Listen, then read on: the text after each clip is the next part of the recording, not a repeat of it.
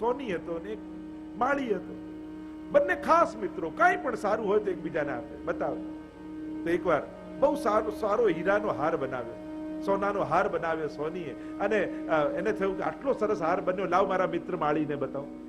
ગયા માળી પાસે ને કહેવા લાગ્યો કેટલો સરસ સોનાનો હાર. અને માળી સારું ને ખોટું કઈ રીતે ચકાસે? એને તો સોનાનો હાર લીધો ને સૂંઘ્યો, ફેંકી દીધો, કઈ સુગંધ તો આવતી નથી આમ.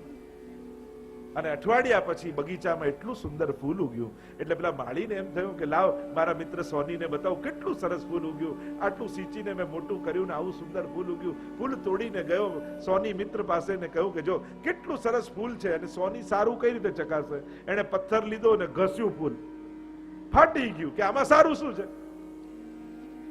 બંને પોતાની રીતે માપવા ગયા, એટલે બંને ઉત્તમ વસ્તુનો આનંદ ન માણી શકે. આપણી સાથે પણ જીવનમાં એવું જ થાય છે. ફૂલને સૂંઘીને ચકાસાય, સોનાને ઘસીને ચકાસાય, દરેકને ચકાસવાની પદ્ધતિ જુદી હોય છે. આ જો શીખી જશો તો જીવનમાં પ્રસન્નતાને પામી જશો. પણ દરેકને પોતાની બુદ્ધિની ફૂટપટ્ટીએ માપવા જશો તો ઘણીવાર સારી ક્ષણોને ચૂકી જશો. અન્યસ્ય દોષ ગુણ ચિંતનમાસ મુક્ત્વા, તો શું કરું? તો કે સેવા કથા રસમહો નિતરામ પિબત્વમ. સેવા અને કથા રસના નિત્ય પાન કરો પિતાજી. કારણ કે હવે મોકો છે. પહેલા ઈચ્છા હતી, અવસર નતા મળતા. હવે અવસર છે તો ઈચ્છા થતી નથી. માણસની તકલીફ જ એ હોય છે ને, જ્યારે ઈચ્છા હોય ત્યારે અનુકૂળતા નથી હોતી, જ્યારે અનુકૂળતા હોય છે ત્યારે ઈચ્છા મરી જાય છે. આપણા બધાની સંસારની તકલીફ જ એ ને, જ્યારે ઈચ્છા હોય કે આવી ગાડી ચલાવું, વિશ્વમાં ફરવા જાઉં, ત્યારે સગવડતા ના હોય. અને જ્યારે સગવડતા થઈ હોય ત્યારે શરીર સાથ ના આપતું, ત્યારે એમ થાય ના ના નિરાતે ઘરે બેસીએ તો શાંતિ. જીવનમાં સમય અને સંજોગ આ બંને એક સાથે ભેગા થવા બહુ ભાગ્યશાળીની નિશાની. નસીબ વાળો કોણ? જેને ઈચ્છાઓ અને સુગમતા બંને એક સાથે કામ કરતી. તમે ધાર્યું કે આમ કરવું છે ને એ પ્રમાણે સંજોગ પણ થઈ જાય ને પૂરી કરી શકે, એને સુખી અને ભાગ્યશાળી કહી શકાય. બાકી મોટા ભાગે એવું થાય કે જ્યારે તમે અધિકારી બનો, જ્યારે તમે યોગ્ય બનો, ત્યારે પાત્રતા આવે કે આ હવે સામર્થ્ય આવ્યું, ત્યારે સંજોગો ન રહે. અને જ્યારે સંજોગો હતા ત્યારે સામર્થ્ય ન. સેવા કથા રસમહો નિતરામ પિતાજી. આખું જીવન ઈચ્છાઓ કરતા કરતા ગયું, હવે સંજોગો આવ્યા તો ચૂકતા નહીં. સુરદાસજી કહેતે હૈ ને, જન્મ સબ બાત ન બીત ગયો. આખી જિંદગી વાતો કરવામાં ગઈ, આમ કરીશ, આમ કરીશ, આમ કરીશ. બાળપણ રમવામાં ગયું, ભણવામાં ગયું, યુવાની કામ ધંધામાં ગઈ, અને એમ કરતા કરતા ક્યાં ઘડપણ આવી ગયું. અને ધાર્યું કે ભગવાનની ભક્તિ કરીશ, હવે તો શરીરે પણ સાથ છોડી દીધો. જન્મ સબ બાત ન બીત ગયો, बात न बीत गयो, जन्म सब बात न बीत गयो. આ બધા બેફામ જે રડી રહ્યા છે મોત પર, એ બધાએ જ જિંદગી આખી રડાવ્યો છે. ગયા પછી જે રડે છે એને તો આખી જિંદગી રડાવ્યા હોય. સાચવવામાં, પાળવામાં કેટલા ભોગ મા બાપ આપતા હોય છે. પોતાના બાળકોને મોટા કરવામાં, એમની ઈચ્છા પૂરી કરવામાં પોતાની કેટલી ઈચ્છાઓને મારતા હોય છે. અને જ્યારે મોટા થાય, ગરડા થયેલા મા બાપને દીકરો જ્યારે સંતતિ જ્યારે એમ કહે કે તમે અમારા માટે કર્યું છે, અને ત્યારે માતા પિતાને આઘાત લાગે. આખી જિંદગી ગુમાવી અને આ સાંભળવાનું, એના કરતા પોતાની ઈચ્છાઓ પૂરી કરી હોત તો સારું થાત. પણ હજી અવસર છે ભગવાનને મેળવવાનો. વૃદ્ધા અવસ્થા એટલે પોતાના માટે જીવવાનો સમય. પકડી લો માળા અને પ્રભુના નામનું ભજન શરૂ કરો. ત્રીસ ભયો માયા કે પીછે, 30 ભયો માયા કે પીછે, દેશ વિદેશ છયો. 40 बरस में राज्य जू पाए, 40 बरस में राज्य जू पाए, उपजत लोभनयो जन्म सब बाटन बीत गयो। ગ્રીસનો થયો, ધંધે લાગ્યો, સફળતાઓ મળવા લાગી, થયું કે અહીંયા કરું, અહીંયા કરું, અહીંયા કરું, સફળ થવું ખરાબ નથી, ખૂબ આગળ વધો, પ્રગતિ સારી છે, પણ સદગતિને ભૂલ્યા વગર પ્રગતિ કરો, મારી ક્યાંક અધોગતિ ન થઈ જાય. એટલે જીવનમાં જ્યારે સફળતા આવે ને ત્યારે કોઈ સદગુરુનો સંગ રાખજો, કે જીવનમાં બધા પ્રત્યે દિશાઓથી સફળતા મળી રહી છે, ખૂબ કમાવું છું, કોઈક સારો રસ્તો બતાવો. જો સારો રસ્તો લક્ષ્મીને ન મળ્યો તો પોતાની રીતે ખોટા રસ્તાઓ ગોતી લેશે. સત્કાર્યમાં એ સમય સફળતાના સમયે કોઈ સજ્જન વ્યક્તિનો સંગ જરૂર રાખો, જેથી એ સમયે, કારણ કે જ્યારે ચારે બાજુથી સફળતા આવે ને ત્યારે માણસને પોતાના બુદ્ધિનું બહુ બળ આવી જાય, અહંકાર આવી જાય કે મારા જેવો હોશિયાર કોઈ નહીં, હું જે નિર્ણય લઉં એ બધા જ સાચા પડે, હું જે કરું એ બધું જ સાચું. અને ત્યારે જ પતનનો ભય. એક ગુરુ પોતાના શિષ્યને ઝાડ પર ચડતા શીખવતા, જ્યારે ચડતો હતો ત્યારે કઈ ન બોલ્યા, બહુ અઘરું, આંટી બિડાવી બિડાવી ઉપર ચડ્યો, છેક ઉપર ચડ્યો, અને પછી ધીરે ધીરે નીચે ઉતરવા લાગ્યો. એટલે ગુરુ કે બરાબર પકડજો, આંટી બરાબર માંડજે, હાથથી બરાબર પકડજે. 25 વાર ટોકી દીધો. એટલે નીચે ઉતરીને પેલા શિષ્ય કહ્યું, ગુરુદેવ ચડવું અઘરું હતું ત્યારે કઈ ના બોલ્યા, ઉતરવું તો સાવ સહેલું હતું ને ત્યારે મને 25 વાર ટોકી દીધો, આવું કેમ? ત્યારે ગુરુએ કહ્યું, અઘરું હતું ત્યારે તું પોતે સાવધાન હતો, લપસવાની બીક તો જ્યાં સહેલું લાગે ત્યાં જ હોય. सूकी त्वचा कमर भटे, सूकी त्वचा कमर भटे, सब ठाठ भयो, लड़िका बहू कहो नहीं माने, लड़िका बहू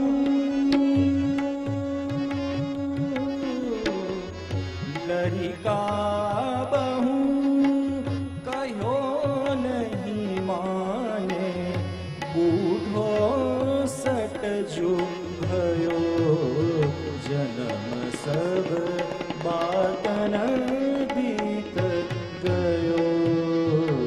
ધીરે ધીરે શરીર હાથથી સરકવા લાગ્યું.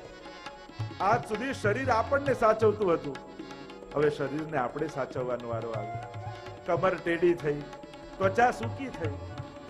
પહેલા તો એવો ઘરમાં પ્રભાવ પડે ને હવે કોઈ સાંભળવાય તૈયાર નથી. ધીરે ધીરે એને એમ થયું, હવે મારું કોણ?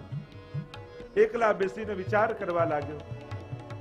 ધીરે ધીરે શરીર હાથમાંથી સરકવા લાગ્યું, જે બળ હતું એ ગયું. છેલ્લી ઘડીએ યાદ આવ્યું, અરે આજથી તો કાંઈ સત્કર્મ નથી. જીવનમાં સાચું બળ શું છે? પૈસાનું નહીં, પદનું નહીં, સામર્થ્યનું નહીં, સાચું બળ એ પરિવારના લોકો છે. જેને ગડપણમાં પરિવારના લોકોનો સાથ હોય ને એ સૌથી ભાગ્યશાળી વ્યક્તિ છે. જ્યારે રામ અને રાવણનું યુદ્ધ થયું ને અને રાવણે પ્રશ્ન કર્યો કે ભગવાન, મારી પાસે આટલું સામર્થ્ય, આટલી વિદ્યા, આટલી તાકાત, આટલું ધન, છતાંય હું હાર્યો કેમ? ત્યારે રામે કહ્યું કે પદ પૈસાથી ન જીતાય, સગો ભાઈ સાથે હોય ને તો જીતાય. ધીરુભાઈ, આ તો યોગેશભાઈ જેવા ભાઈઓ સાથે હોય ત્યારે આવી કથા થાય. હવે ધીરુભાઈ કાયમ એમના ભાઈની પ્રશંસા કરે, મોટા ભાઈના આશીર્વાદ. જો આ પરિવારનું આ જ વૈભવ છે, આ જ સમૃદ્ધિ છે કે જ્યારે મોટી ઉંમરે સ્વજનોના સાથ હોય ત્યારે જીવનના યુદ્ધો જીતાતા હોય. नहीं हरि भजन गुरु की सेवा, नहीं हरि भजन गुरु की सेवा, नहीं कछु दान दियो सूरदास.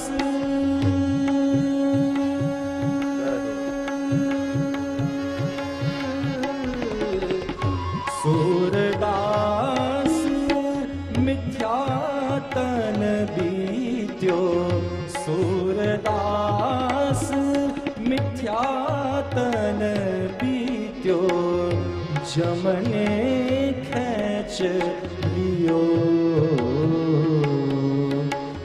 જમને ખેંચ લિયો, જન્મ સબ પાતન બીત ગયો. નહીં કછું હરિભજન ન ગુરુ કી સેવા ન કછું દાન દિયો.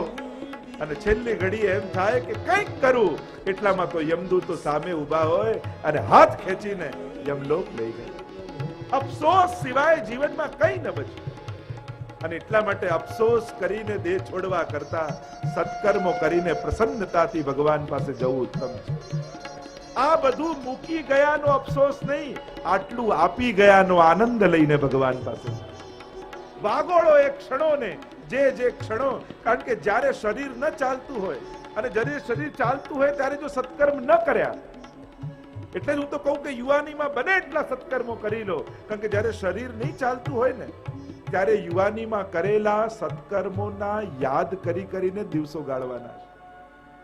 કારણ કે પછી જો સત્કર્મે નહીં કર્યા હોય અને શરીર ચાલતું બંધ થઈ જશે, તો બેઠા બેઠા યાદે શું કરશો?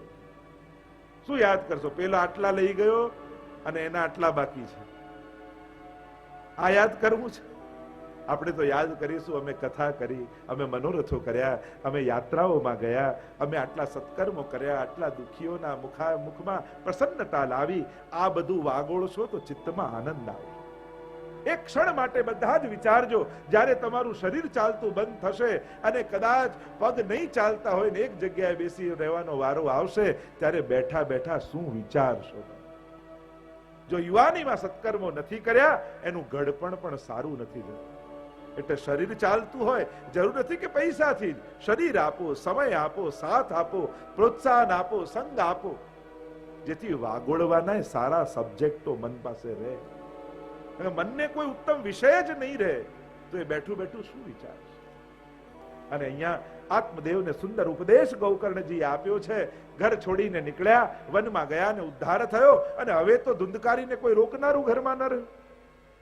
મા બાપ બંને જતા રહ્યા અને છૂટો દોર મળી ગયો. 5 ગણિકાઓને લઈ આવ્યો ઘરમાં. શબ્દ, સ્પર્શ, રૂપ, રસ અને ગંધ, આ 5 ગણિકાઓ છે, જેનાથી મનુષ્ય ભોગ ભોગવે છે. પણ ભોગોને આપણે નથી ભોગવતા. શાસ્ત્ર એમ કહે છે કે ભોગો આપણને ભોગવી લે. 5 ગણિકાઓને રાજી કરવા માટે રાજાને ત્યાં ચોરી કરી. એકવાર માણસ પાપ કરતો થાય ને, પછી ધીમે ધીમે એવા પાપ એના હાથે થાય કે એને ન વિચાર્યા હોય. કારણ કે પહેલી વાર પાપ કરો એટલે બીજી વાર ઈચ્છા થાય, અને બીજી વાર ઈચ્છા થઈ તો આ 2 વારને છુપાવવા માટે ત્રીજી વાર કરવું જ પડે. પાપની શૃંખલાઓ હોય છે. એમ નહીં માનવું કે આ 1 વાર કરવામાં શું છે, પણ આ 1 વાર 99 વાર કરવાનું સાહસ આપીને જાય છે. 1 વાર ખોટું કરવામાં સફળ થયા એટલે બીજી વાર 99 વાર થાય એનું સાહસ તમને મળી જાય કે આ તો ફાવી ગયું છે. અને પાપી એ જ નથી જેને પાપ કર્યા. ઘણાને કરવા હતા ને અવસર ન મળ્યા, એને કઈ પુણ્યશાળી ન કહેવાય. ઘણા એમ કે જો ને કઈ રીતે સુખી થયા અમને તો ખબર છે, તો એ તો આને કરવું હતું, આને ચાન્સ ન મળ્યો ને એને મળી ગયો. ઘણાને અવસર ન મળ્યા હોય એટલે પાપ ન કર્યા હોય. ઘણાને પાપ કરવાનું સાહસ ન હોય એટલે પાપ ન કર્યા હોય. બાકી ઈચ્છા ઘણી હોય, પણ એમ થાય કે બધાને ખબર પડશે તો. ડરપોક હોય, ઈચ્છા તો ઘણી હોય, એને પુણ્યશાળી ન કહેવાય. પુણ્યશાળી તો એને કહેવાય જેને પાપ કરવાનો વિચાર જ ન જાગે. એટલે અવસર ન મળ્યા અથવા સાહસ ન આવ્યું એને પુણ્યશાળી ન કહી શકાય. ઈચ્છા તો ઘણી હતી, કોઈ રોકનારું ન રહ્યું. ગણિકાઓને પ્રસન્ન કરવા રાજાને ત્યાં ચોરી કરી, અને ગણિકાઓ વિચાર કર્યો કે આ રાજા આને પકડશે તો આની સાથે આપણને મૃત્યુદંડ મળશે, આપણે મરીએ એના કરતા આને મારી નાખી. અને એમ વિચાર કરીને પ્રતાડિત કર્યો છે ધુંધકારીને. ખૂબ માર્યો, ઊંધો લટકાવ્યો, મરચાની ધૂણી કરી છે. તડપતા તડપતા ધુંધકારીએ પોતાના પ્રાણોના ત્યાગ કર્યા. અને આ રીતે મર્યો એટલે એની અધોગતિ થઈ. પ્રેત બન્યો, તડપવા લાગ્યો, ભટકવા લાગ્યો. ગૌકર્ણજીને ખબર પડી મારા ભાઈનું મૃત્યુ થયું છે. ગયામાં જઈને શ્રાદ્ધ કર્યું છે. થયું કે મારા ભાઈનો ઉદ્ધાર થાય. પાછા ગામમાં આવ્યા, રાતના સમયે સૂતા છે. ચિત્ર વિચિત્ર આકૃતિઓ દેખાવા લાગી. કોઈ કંઈક બોલવા માંગે બોલી શકતું નથી. જોર જોરથી રડવાનો અવાજ સંભળાયો ગૌકર્ણજીને. હાથમાં જળ લીધું, અભિમંત્રિત કર્યું ને જ્યાં છાંટ્યું. પૂછ્યું તું કોણ છે? જવાબ આવ્યો, હું તમારો ભાઈ ધુંધકારી છું. અરે તારી પાછળ તો મેં ગયામાં શ્રાદ્ધ કર્યું, છતાંય તારો ઉદ્ધાર નથી થયો. અરે ભાઈ, મેં એટલા પાપ કર્યા છે કે 100 વાર ગયા શ્રાદ્ધ કરીએ ને તોય મારો ઉદ્ધાર ન થાય. આપ મહાત્મા છો, આપ જ્ઞાની છો, આપ સંત છો, આપ મારા કલ્યાણ કરવાનો કોઈ ઉપાય બતાવો. પ્રાતકાલ જાગ્યા છે, ગયા નદીના કિનારે ગૌકર્ણજી કટી સુધી જલમાં ઉભા રહ્યા. હાથમાં અર્ઘ લીધું, સૂર્યનારાયણને અર્ઘ સમર્પિત કર્યું અને સૂર્યનારાયણને પ્રશ્ન કર્યો કે જેનું 100 ગયા શ્રાદ્ધથી પણ ઉદ્ધાર ન થાય એના ઉદ્ધાર કરવાનો ઉપાય શું? અને ત્યારે સૂર્યનારાયણે કહ્યું, ગૌકર્ણજી, તમે ધુંધકારીની પાછળ ભાગવત સપ્તાહ કરો. આ સપ્તાહનો એવો પ્રભાવ છે, 100 ગયા શ્રાદ્ધથી પણ જેનો ઉદ્ધાર ન થાય એનો એક ભાગવત કથાથી ઉદ્ધાર થાય. આજ્ઞા મળી. ગૌકર્ણજી તો પરમ જ્ઞાની છે, સમસ્ત નગરવાસીઓને આમંત્રિત કર્યા છે. કારણ કે ભાગવત કથામાં જેટલા લોકો એનો લાભ લે એટલું પુણ્ય અધિક. જેમ અન્ન ક્ષેત્રમાં જેટલા લોકો જમીને જાય એટલું પુણ્ય વધારે, એમ કથામાં જેટલા લોકો સાંભળીને જાય એટલું પુણ્ય વધારે. આ પણ ભગવદ રસ પીવડાવવાનું પુણ્ય છે. આ આત્માનું ભોજન છે. અને જ્યાં ધુંધકારીને ઉદ્ધાર માટે ગૌકર્ણજી સંકલ્પ કર્યો, સમસ્ત નગરવાસીઓને સમાચાર આપ્યા, પોતે વ્યાસપીઠ પર બિરાજમાન થયા અને બધા જ કથા પંડાલમાં આવીને ઉપસ્થિત થયા છે. આવ્યો ધુંધકારી, આખો પંડાલ ભરાયેલો હતો. વિચાર કરવા લાગ્યો કે હું ક્યાં બેસું. એક 7 ગાંઠનો વાંસ પડ્યો હતો, એ વાંસમાં આવીને ધુંધકારી બેસી ગયો. વાસનાઓ જ વાંસ છે. આ વાંસ ક્યાંય બહાર ગામમાં ગોતવા ન જતા, આ વાંસ આપણી અંદર જ છે. કામ, ક્રોધ, લોભ, ઈર્ષા, દ્વેષ, મદ, મત્સર આદિ 7 ગાંઠોનો વાંસ આપણા બધાની ભીતર છે.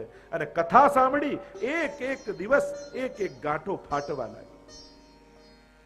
અને એટલા માટે કથામાં વાંસ રોપવાની જરૂર નથી, આપણી ભીતર રહેલા વાંસની વાસનાઓની આ ગાંઠોને ફાડવાની જરૂર છે. કે કથા સાંભળ્યા પછી આ કામ, ક્રોધ, લોભ, મત્સર, ઈર્ષા, દ્વેષ શું આની ગાંઠો ફાટે છે? કે આપણે જ આપણી અંદર ડોક્યું કરવાનું. 7 દિવસ કથા સાંભળી, વાંસ ફાટ્યો અને ધુંધકારીનો ઉદ્ધાર થયો. ભગવાનના પાર્ષદો વિમાન લઈને આવ્યા અને ધુંધકારીને કહ્યું કે ચાલ, તને લેવા માટે આવે છે. આજે વિમાન આવે હો, પણ આ તો જવા કોઈ તૈયાર ન થાય એટલે નથી આવતું. બાકી તો વિમાન મોકલે જ છે ભગવાન. વિમાન આવ્યું. જ્યાં બેસવા ગયા ધુંધકારી એટલામાં ગૌકર્ણજીએ કહ્યું, ઉભા રહો, ઉભા રહો, ઉભા રહો. કથા તો બધાએ સાંભળી છે, પછી વિમાન કેવલ ધુંધકારી માટે શા માટે? આમાં તો બધાને લઈ જવા જોઈએ. અને ત્યારે પાર્ષદોએ સુંદર ચર્ચા કરી છે. અદૃઢમ ચ હતમ જ્ઞાનમ પ્રમાદેન હતમ શ્રુતમ સંદિગ્ધો હિ હતો મંત્ર વ્યગ્રચિતો હતો જપઃ.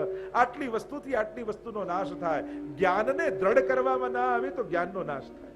અદૃઢમ ચ હતમ જ્ઞાનમ પ્રમાદેન હતમ શ્રુતમ. શ્રવણ કરવામાં જો પ્રમાદ રાખો તો શ્રવણનો નાશ થાય. સંદિગ્ધો હિ હતો મંત્ર. તમે મંત્ર જાપ કરતા હો પણ એમાં જ તમને સંદેહ અને શંકા હોય તો એ મંત્ર પણ ફલિત ન થાય. પૂર્ણ નિષ્ઠા સાથે મંત્ર કરો. વ્યગ્રચિતો હતો જપઃ. વ્યગ્રચિતથી કરેલા જપનો નાશ થાય. એટલે શ્રવણસ્ય વિભેદેન ફલભેદો અત્ર સંસ્થિતઃ. શ્રવણના ભેદથી ફલનો ભેદ થયો છે. કથા એ જ હોય પણ જેવા ભાવે જે સાંભળે એને એવું ફલ મળે. વરસાદ પડતો હોય, કોડિયું હોય, થાળી હોય, પવાલો હોય, જેવું પાત્ર હોય એવી પ્રાપ્તિ થાય. જેનામાં જેટલી પાત્રતા એટલી પ્રાપ્તિ.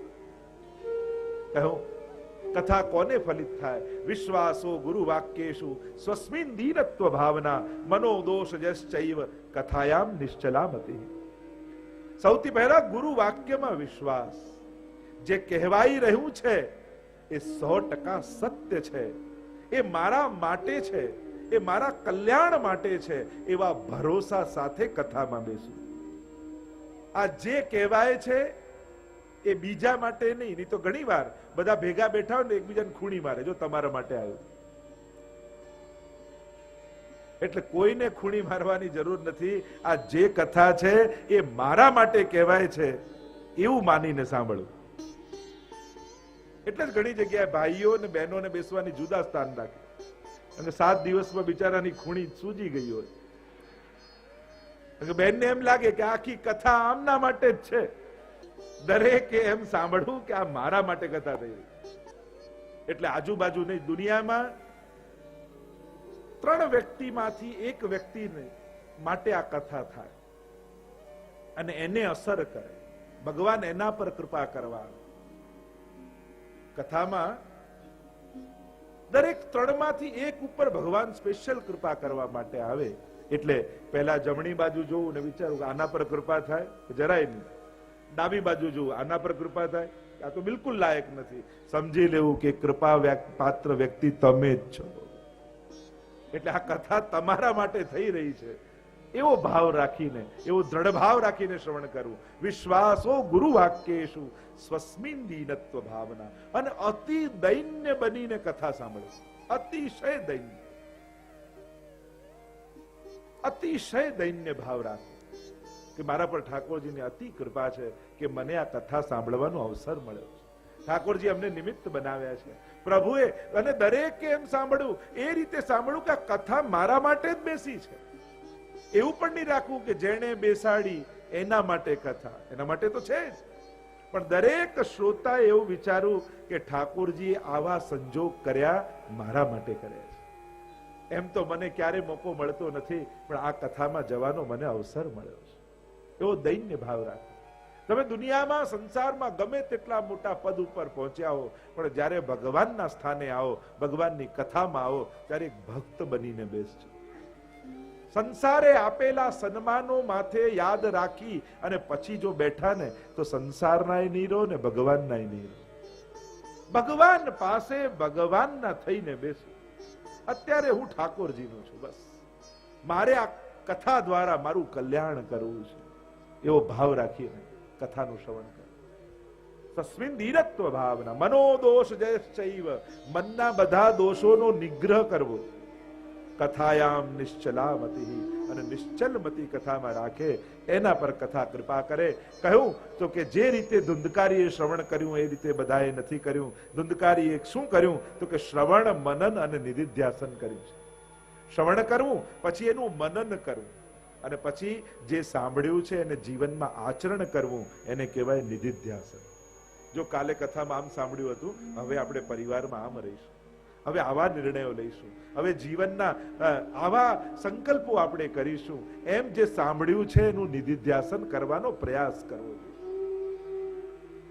કહ્યું ગૌકર્ણજીએ, હું પુનઃ કથા કરીશ. ફરી ગૌકર્ણજીએ કથા કરી અને હવે સમસ્ત નગરવાસીઓ બિરાજમાન થયા અને ખૂબ ભાવથી કથા સાંભળી. બધાએ શ્રવણ, મનન અને નિધિધ્યાસન કર્યા અને હવે તો સાક્ષાત પરમાત્મા પોતે વિમાન લઈને પધાર્યા. ગૌકર્ણજીની કથામાં સમસ્ત નગરવાસીઓનો ઉદ્ધાર ગૌકર્ણજીની કૃપાથી થયો અને સમસ્ત નગરવાસીઓને સદે ભગવાન પોતાના વૈકુંઠ ધામમાં